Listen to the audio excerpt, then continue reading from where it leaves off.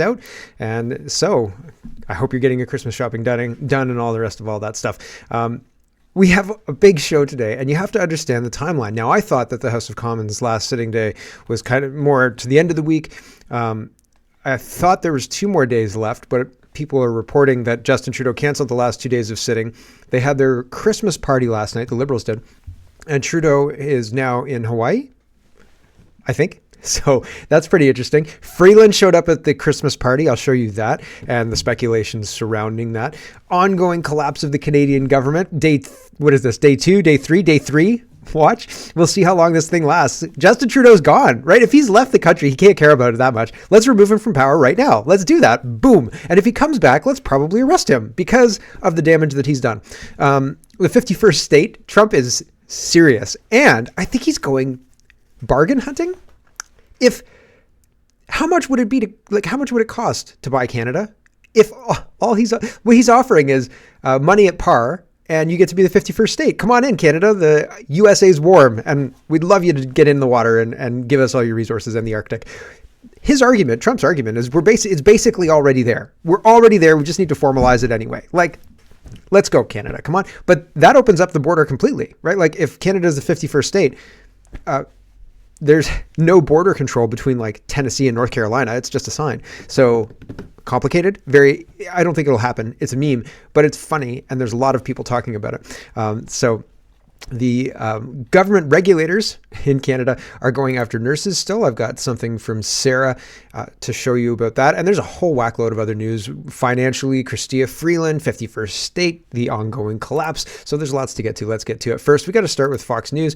They're calling Trudeau a wimp. They're right. And then howling and making fun of him because of the trolling that Trudeau is getting from Trump. And here's Fox News talking about how awful Justin Trudeau is and what a wimp he is.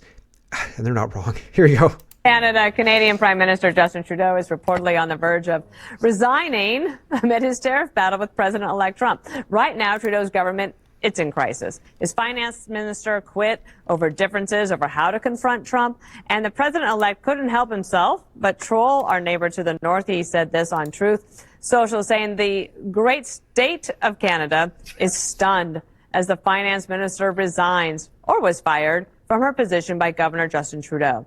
Her behavior was totally toxic and not at all conducive to making deals, which are good for the very unhappy citizens of Canada. She will not be missed. We got a triple exclamation point. Judge, one of the things about Trudeau is he's reading the tea leaves. Governments all around the world are starting to fall based on the fact that they went way overboard on immigration, on their social policies, socialist type policies, and the Green New Deal that went all around the world. That's right. I mean, you see it in Italy already. They've got a very right-wing, is she a president? Meloni. Prime Minister. Giorgia Meloni.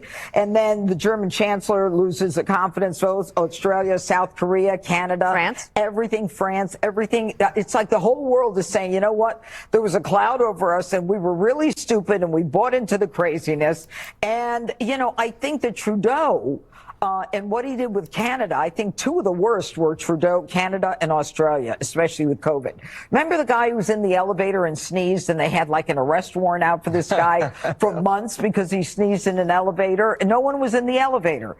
But, you know, what Trudeau did and what a lot of these governments did, you know, with the truckers, he froze their bank accounts, he canceled the orders, he shut down GoFundMe when they arrested them and stopped them. And I got to tell you, this guy he looks like a wimp to me. He always did. He doesn't strike me. He really doesn't strike me as like a guy with charisma. Let's say Bill Clinton. Let's say John F. Kennedy. I mean, it doesn't have to be a Republican.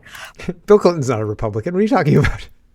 Interesting, right? So Fox News thinks Justin Trudeau's a wimp, highlights a whole handful of reasons why Justin Trudeau should leave office, be removed from office, get kicked out of office, and calls him a wimp. And, well, I don't disagree with any of it, really. Mark Nixon says Justin Trudeau has canceled his meetings for the rest of the year. He also canceled the last 2 days in the House of Commons. That means he'll have a 7-week holiday. Who remembers Justin Trudeau telling Canadians he works harder than the vast majority of us? Yeah, that's pretty nonsense. Now, like, this is unconfirmed, but I've got some other reports that seem to confirm it. Here's the sitting House of Commons sitting calendar 2024. So the last day of sitting was the 17th, but I could have sworn that the last day was the 19th. I could have sworn it was. So did Justin Trudeau really cancel the last 2 days of sitting because the heat is too hot and he didn't want to prorogue, so just cancel the sitting days?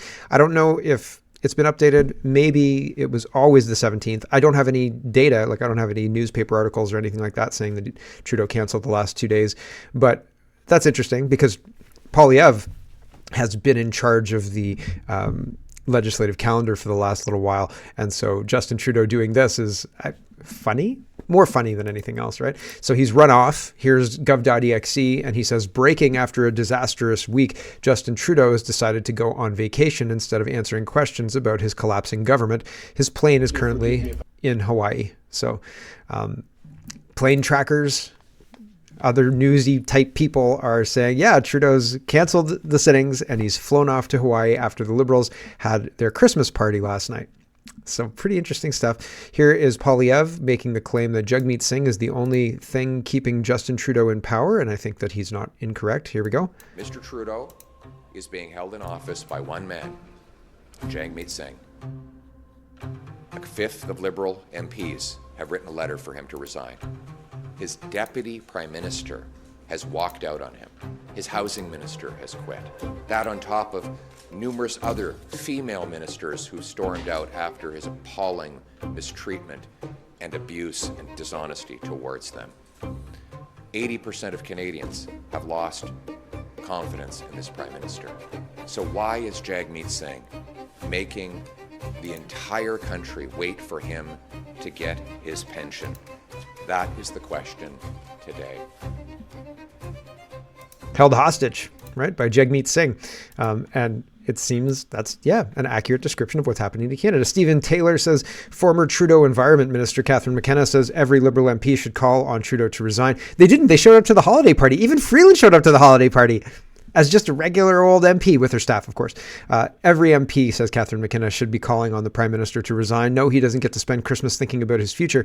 The surest way to elect a Conservative majority and lose all the progress we've made, theft, is for him to stay. And we need to focus on tariff threat from the United States. It's over.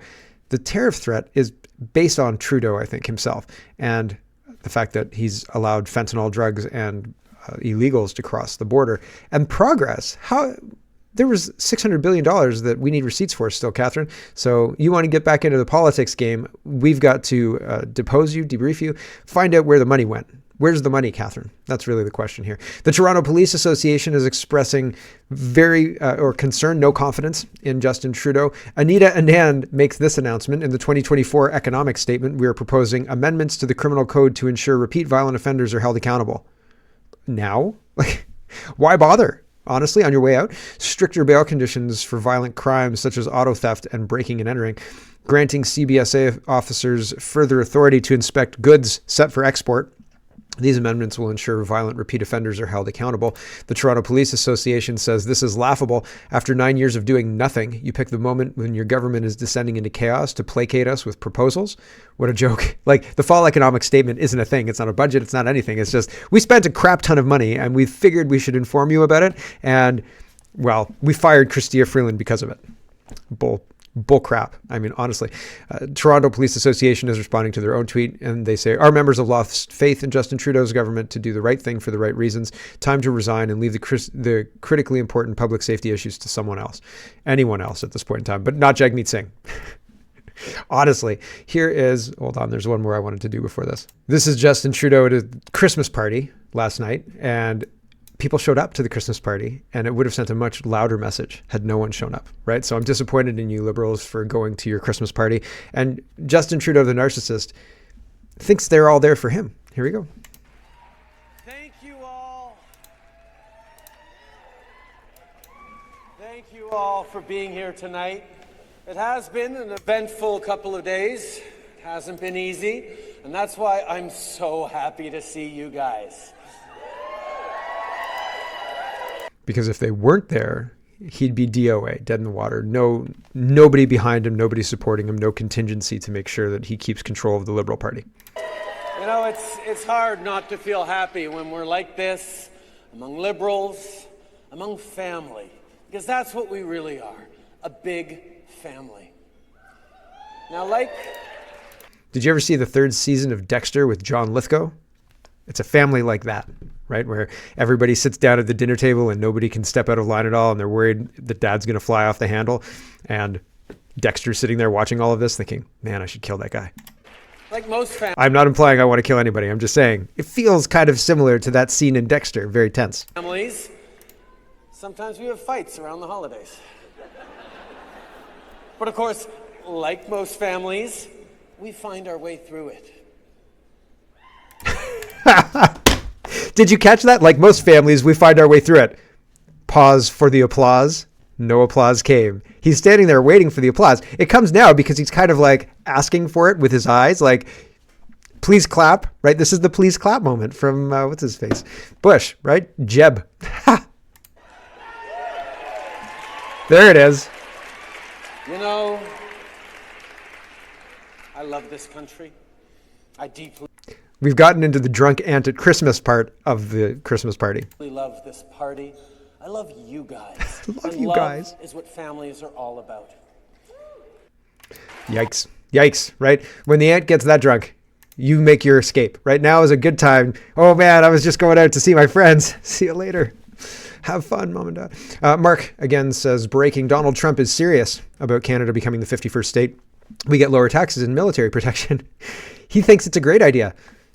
There are a lot of Canadians who are on board with this, and I can't help but thinking we're getting shafted, right? If Canada is somehow my birthright or whatever to pass on to my children, and instead of that happening, Canada gets sold to Donald Trump because Justin Trudeau is an incompetent buffoon. Donald Trump, United States, and then my kids become American. And I mean, like, that wouldn't be terrible, but we'd be taking a step to the whole New World Order, one world government, North American single currency, blah, blah, blah, blah, blah. All of the bad things that were talked about in the late 90s, early 2000 conspiracies, like, oh, they're trying to come up with a Canada, United States, single currency that everybody will use and it'll be standardized, and, the Canadian dollar will basically be phased out and everybody will use the American dollar. And like, there are benefits to Alberta, there are economic benefits, but like, if you're Canadian, we're being robbed. Our country is being stolen out from under us. Like, it's not a good deal, even if it seems like, yeah, that'd be okay. Amazon deliveries? Amazon.com prices? Yes, please. No, right? Like, no, stop it, right? All of our mines, all of our soft lumber, all of our gold that's not been sold to China, everything would become the United States. It would be theirs, not ours. It would be ours altogether, but not ours, right? Like, you see, there's a difference. I am not on board with selling Canada to the United States for the bargain basement price of Donald Trump handing us. Hold on. Here's the agreement that Donald Trump is maybe kind of floating. TD Leaker says, breaking. Sources suggest that President Trump is preparing an aggressive offer to acquire Canada by July 4th, 2025. Happy birthday, the United States. I got you a present. It's Canada. Yay. Can you imagine? I don't think this is going to happen. Greg was laughing at me yesterday because I was asking about it. He said that it was a meme and I should stop worrying about it.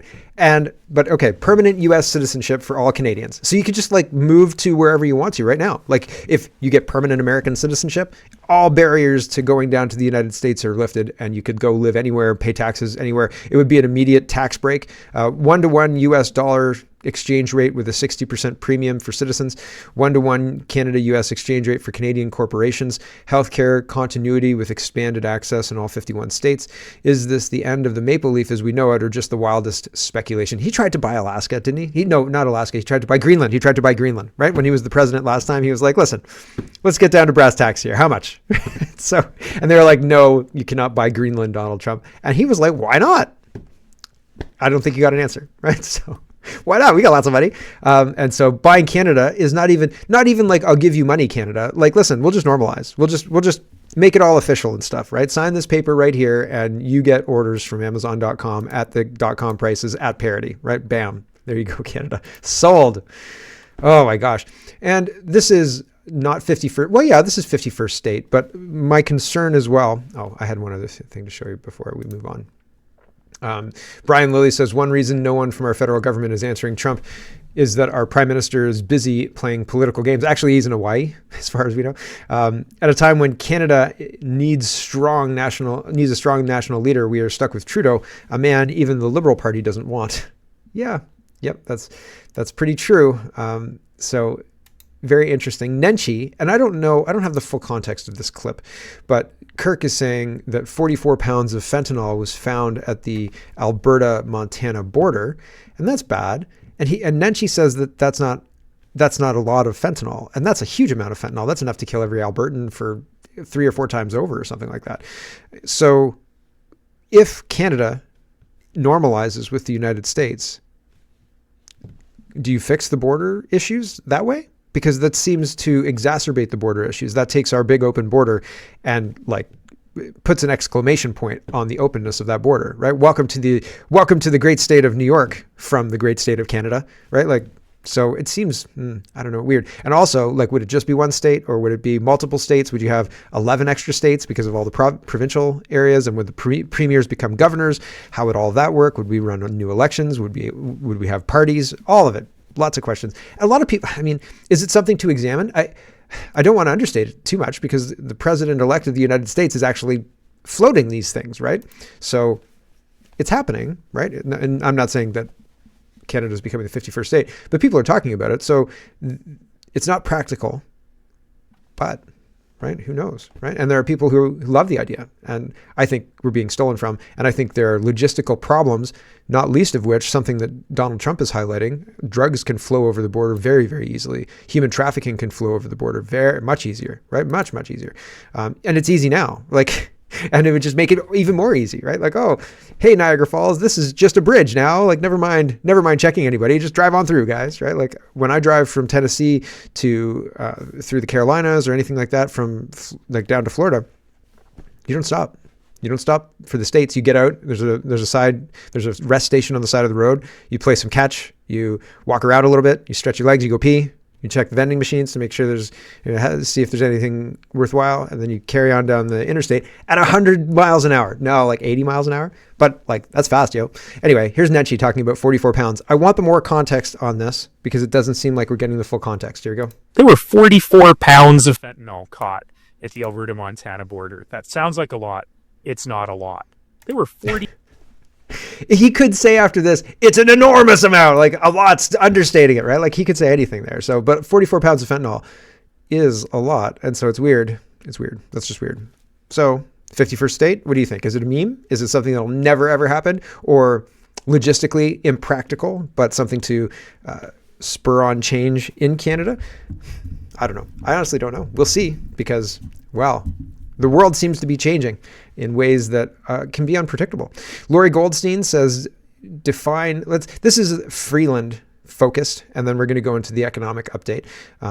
But diplomacy with the United States and the collapse of the government are kind of tightly woven together. All of this started because Donald Trump said 25% tariff unless you guys get your head out of your ass, basically, right? It's that 70s show clip with Red and Eric Foreman, right? Get your head out of your ass. And instead of doing that, Justin Trudeau's gone to Hawaii. Okay. Lori says, define clown world. So Trudeau called Freeland on Friday to tell her that she'd be removed as finance minister on Tuesday, the day after she delivered the government's mini budget on Monday, and would be replaced by Mark Carney, even though Justin Trudeau hadn't had Carney agree to take the job yet. According to a Liberal source who spoke to Radio Canada, Freeland was told by the Prime Minister in a Zoom call on Friday that she would be replaced as Finance Minister by former Bank of Canada Governor Mark Carney on Tuesday. But Carney had not agreed to the move when the Prime Minister raised it with Freeland. According to a source who spoke to CBC News, he's delusional if he thinks we can continue like this, says Liberal MP Wayne Long. So, clown world, Justin Trudeau is firing finance ministers for unelected finance ministers who have not agreed to take the job yet, and then running for the hills of Hawaii when everything blows up in his face. And so it's interesting. It's interesting to pay attention. Rex says there can be only one reason in the world that she would do this. She wants to replace Trudeau. Former finance minister and deputy prime minister is attending the Liberal holiday party. Sorry, did I say Christmas party earlier? With her family and staff. I got in one question. So he asked her what's going on, and she screws up her face, walks past him, and then looks over her shoulder to answer. Here we go.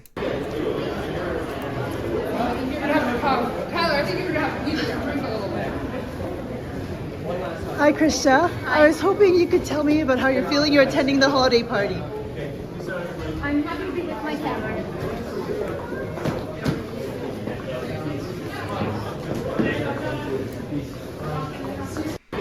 I'm happy to be there with my family. And so she was in the crowd when Justin Trudeau was saying, we're like a family.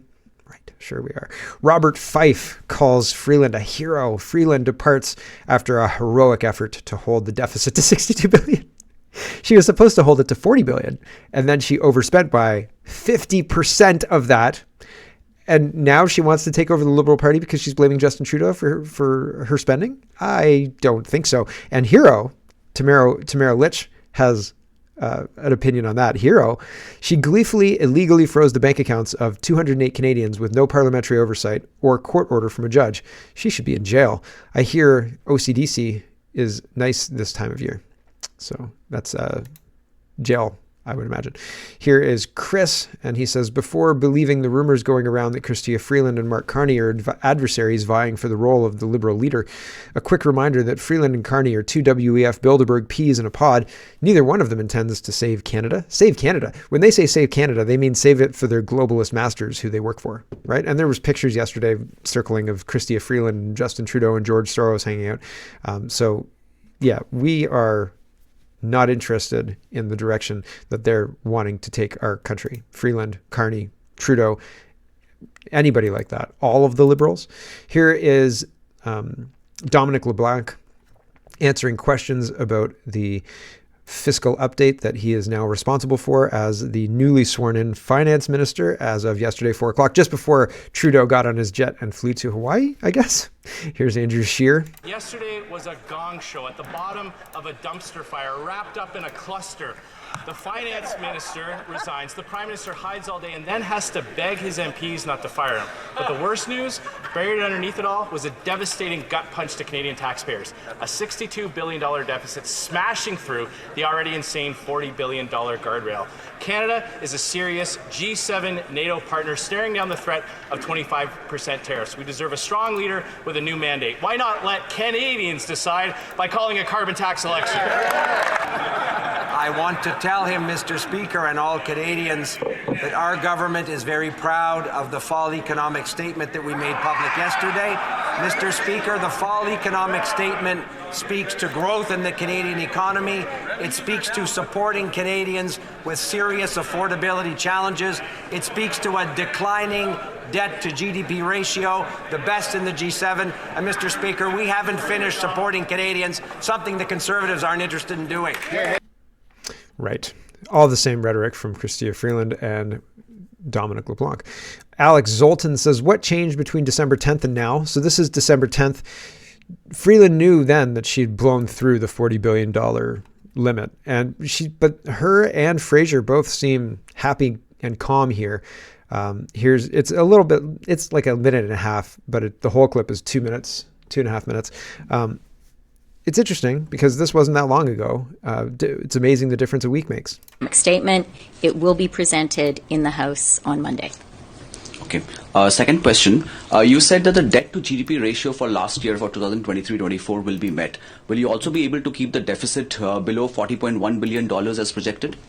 Yeah, thank you for the question. And I chose my words with care because it is important to be clear with Canadians. It is important to be clear with capital markets. So I do expect that when we table the fall economic statement on Monday, the debt to GDP ratio for 23-24, which we put forward in the 24 budget, will be met. I just want to make sure I understood what you said at the opening. So you talked about the debt to GDP ratio, but part of that fiscal anchor as well was keeping the deficit last year at or below $40.1 billion. And as you know, the PBO and many economists we've talked to believe that you exceeded that when we see the final numbers. Did you say that you expect you will hit that point of the fiscal anchor as well, that last year's deficit was at or below 40.1? Thank you for the precision in your question, Brian. And I chose my words also precisely.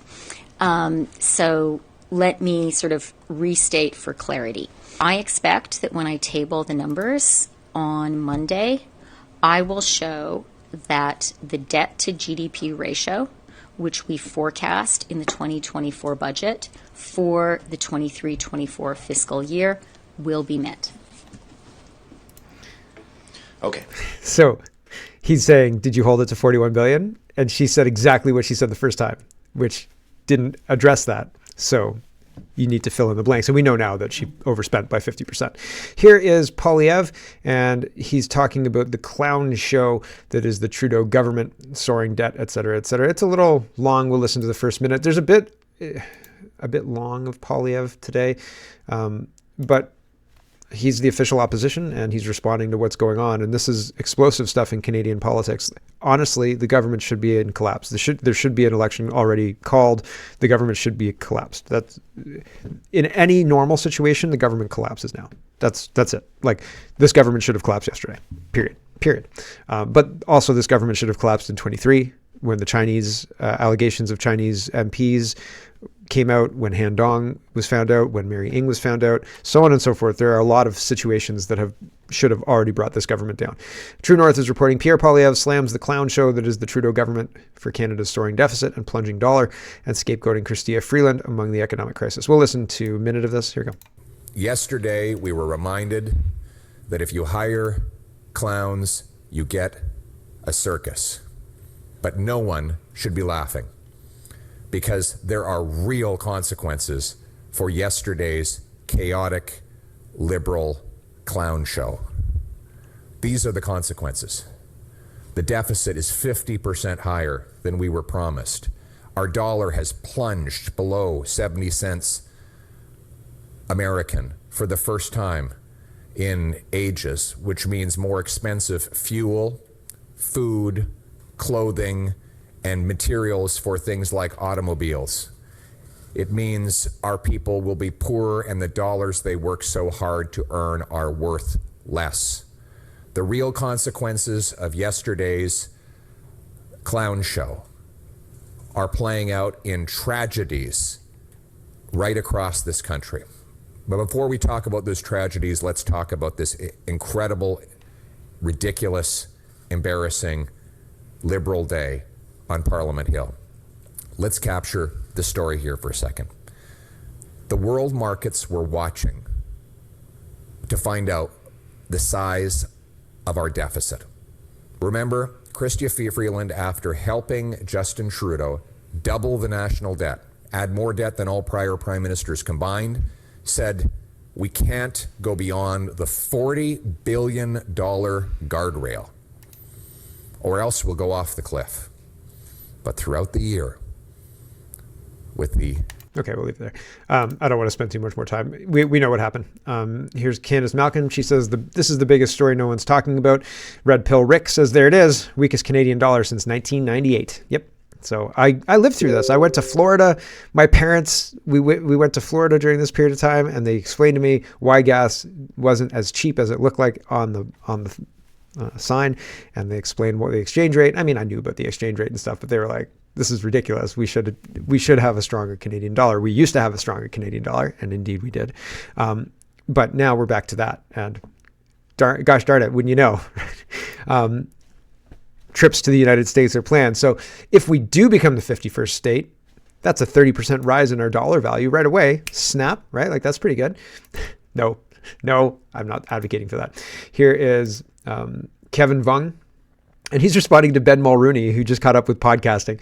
And Kevin Vung says the fall economic statement revealed interest charges are forecast to reach $53.7 billion for 24-25, which is more than the Canadian health transfer of $52.1 billion, 76% more than what will be spent on national defense, that's $30 billion, over 8 times more veteran affairs, that's $6 billion, and 10 times more than the RCMP, that's $4.8 billion. So expensive, and the interest is not necessary. It's all because Chrystia Freeland was borrowing because interest rates were at a generational low. Glenn, is that what he said? So unbelievable stuff, right? Breaking. The government of Canada estimates that other transfer slush fund, which funds everything from the United Nations to Bangladeshi rehab centers to media bribes, will reach $118 billion by 2030. So yay. Right now it is 96 billion, and it's going to go up to 118 billion in the next 5 years, 6 years.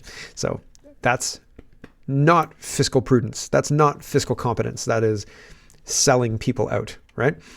Ace of Spades says, think on this. The fall economic statement allots $817 million in additional healthcare spending to support asylum seekers and refugees. I talked about this yesterday, but it's worth it to remind us in the context of how much money we're wasting on people who are non-citizens who would have never contributed to our system and have no right to partake in any of tax dollars and production that Canadian citizens produce. Anyway, $490 million to support Quebec in assisting asylum seekers, $77 million to house asylum seekers in 25, and another $100 million for asylum claimants living in motels. Over the next 3 years, immigration measures for Gaza and Ukraine will cost us yet another $112 million. 12 million Canadians are on the verge of financial collapse. Seniors and vets have their OAS CCP stolen by the likes of Steve McKinnon, and he needs to be charged and arrested for scamming them. This is a critical moment in time. We need mass deportations to start now. Our country is being destroyed. Yeah, that's accurate. Theft. En masse theft from our government, handed over from citizens to non-citizens for no good reason at all, and we can't seem to stop it, right? So that's pretty wild. Richard says, new British Columbia is now projecting a record-breaking deficit of $9.4 billion due to lower than expected revenue. Yay! So this is what fiscal incompetence looks like when the chickens come home to roost, right? So it's not great. Here is a pretty good speech. It's a pretty good speech. Pierre Poilievre gives 5.5 minutes talking about what the problem is in Canada and how he sees himself. And well, it's an interesting speech. It is a very good speech. Jason says, this is one of the greatest speeches I've ever seen any politician deliver. And Poilievre is right. We're not relying on him because we want to. We're relying on him because he's our last hope for the country. Mm-hmm. I don't know about that. I don't know. I think personally, I would take 338 randomly chosen truckers from the guys and gals who showed up at the Freedom Convoy, any of those people in the government, because all of those people want the best for Canada. And I can't say that about all of the 338 in there. And so the Liberal Party and the Conservative Party, I don't trust them. I don't trust their leadership tactics, their leadership race, their way of choosing leaders. I don't trust their pre-agreed agreements, right? The things that when Pierre Poilievre walked in, there were things that the Conservative Party has agreed to that Pierre Poilievre inherits, and anybody who's the leader of the party inherits. So like there's baggage, all the rest of it. And so holding these people up on a pedestal ignores all that. And I think that we shouldn't ignore all of that. And I think we should have a party that is not beholden to anybody or anything walk in and say, how much do we pay you? Why do we pay you this? No, we're not going to do that anymore. And yeah, remove the lobbyists, remove the babysitters, remove the people who tell these people, well, you can't say that. You can't do that. You're not allowed to do that. Get out of here. I'm the elected official and I'll do what the Canadian public want me to do, which is get rid of you. Right? And so like, I don't know about setting him up last hope for the country, but it's a good speech. Okay. So we'll listen to some of it. Here we go. When I travel across this country, I consistently meet two types of people. One, those who are a little better off and tell me that, and I'll be very blunt about this, that if I don't win, they will leave the country. And they are very numerous. Yes. But you know, I don't worry about them as much. You know who I worry about? The ones who can't leave. The ones who don't know, and if I can just use very blunt language, who tell me I don't know what the hell I'm going to do. I have no idea how I'm going to pay my way. That's right. I met a waitress at a restaurant not long ago, and she came up to me and she grabbed me by the hand and she said, "You have to win." And I said, "Oh, thank you. I appreciate your support." She said, No. It wasn't a compliment. You have to win. And then she told me her story. She told me that she was working one full-time job and two part-time jobs just to pay her bills. As a single woman in her late 50s. And she was tired of working all the time. So she cut everything out of her budget. Every creature comfort, everything she enjoyed about her life, she cut it out so that she could drop one of those part-time jobs. And then one morning, she woke up and she walked outside and her car was gone. And she called her insurance and they said they weren't going to cover the replacement value.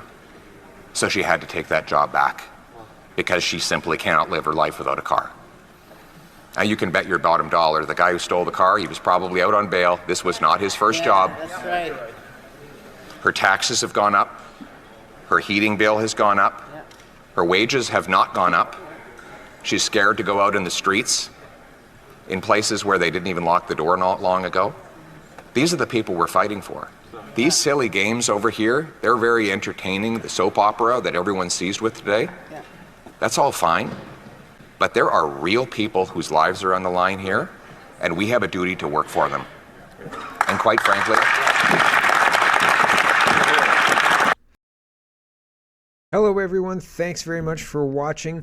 This is just a short version of a longer show. If you'd like to get the whole show, you can go over to CanadaPoly.com and sign up for a subscription.